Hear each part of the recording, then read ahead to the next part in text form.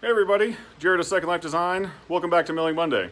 And last week I talked about venturing into other topics, related to chainsaw milling or the sawmill life, if you will. And I had a few people reach out asking about moving logs, log trailers, pros and cons, things of that nature.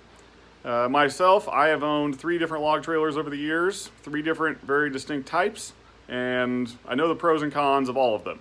Each one has, its ups and downs, and yeah, I want to share those experiences with you. So we're going to split this up over 3 weeks, and that way I can go into a little more detail, share some clips, and, kind of ones that I could have back, or what I would do with my dream trailer, or whatever. So the first one I'm getting into is my very first trailer. This is when I had this, I wasn't taking a ton of pictures. I did not have a YouTube channel, so I'm gonna have to stitch some pictures in as I can. There's a couple small clips of video that I'm gonna sprinkle in if I can.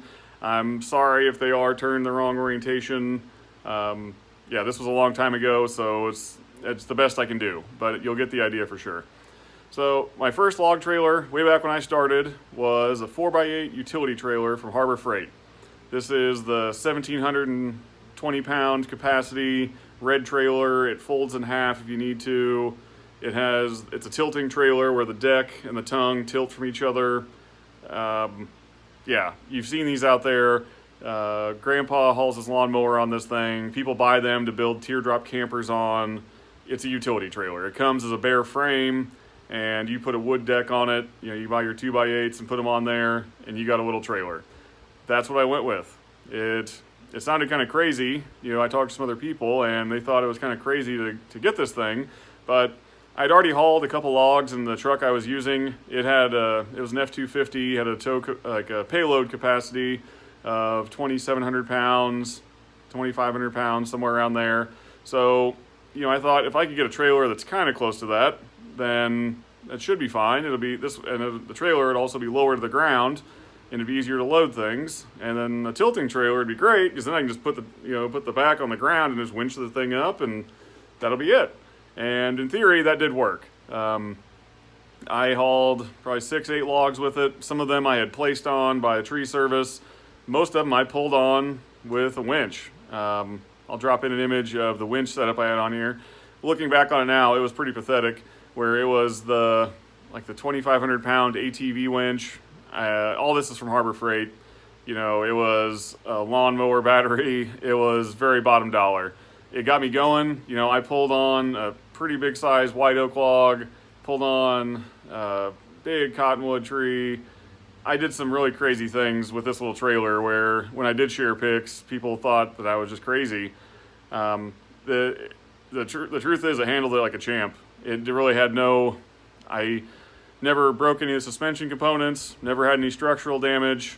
I really didn't have any issues with it. It just got to be where I was just outgrowing it, where I was getting logs that were far bigger than than it would handle. And yeah, that was basically it. I found a better deal on my new trailer, and that's why I got rid of this one. If I were staying in that the small size that I was in, when I first started, I had a 42-inch bar where I would net, a 36, 37-inch cut capacity. That was where back when, and I was hoping to where maybe I could get a crotch section that's 3 foot across, and that'd be really cool. That was where I was at when I started.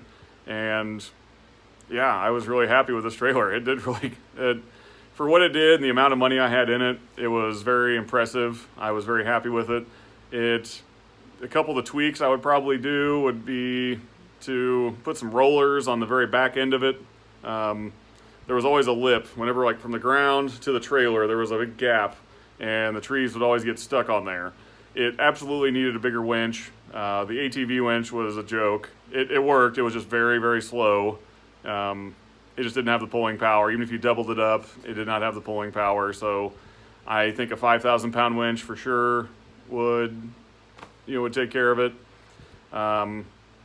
Yeah, if you're doing smaller logs, if you don't have a big truck, if you don't really have the need for the crew cab dually and the 40-foot flatbed and the skid steer and all that, if you don't have those means, and you're just doing smaller logs in your driveway, or moving things locally, I think the trailer would be, that Harbor Freight trailer would be hard to beat for the money. It even worked well for me where I would just use it in my driveway and push it around by hand. It was light enough where I could put 4, 5, 6 slabs on there, and I would push it around by hand back to where my slab yard was, where I was stacking them for air drying. I just push them all by hand.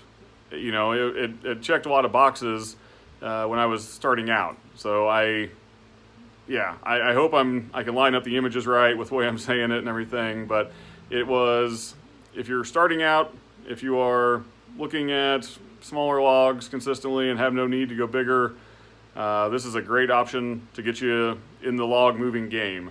There are definitely some tweaks out there to be made.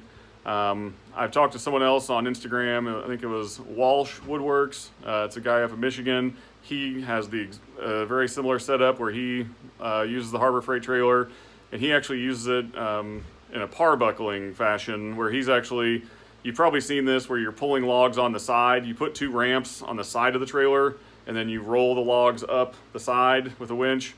You wrap your winch around it, and it just pulls it right up. That works too. I know he's been through a couple trailers.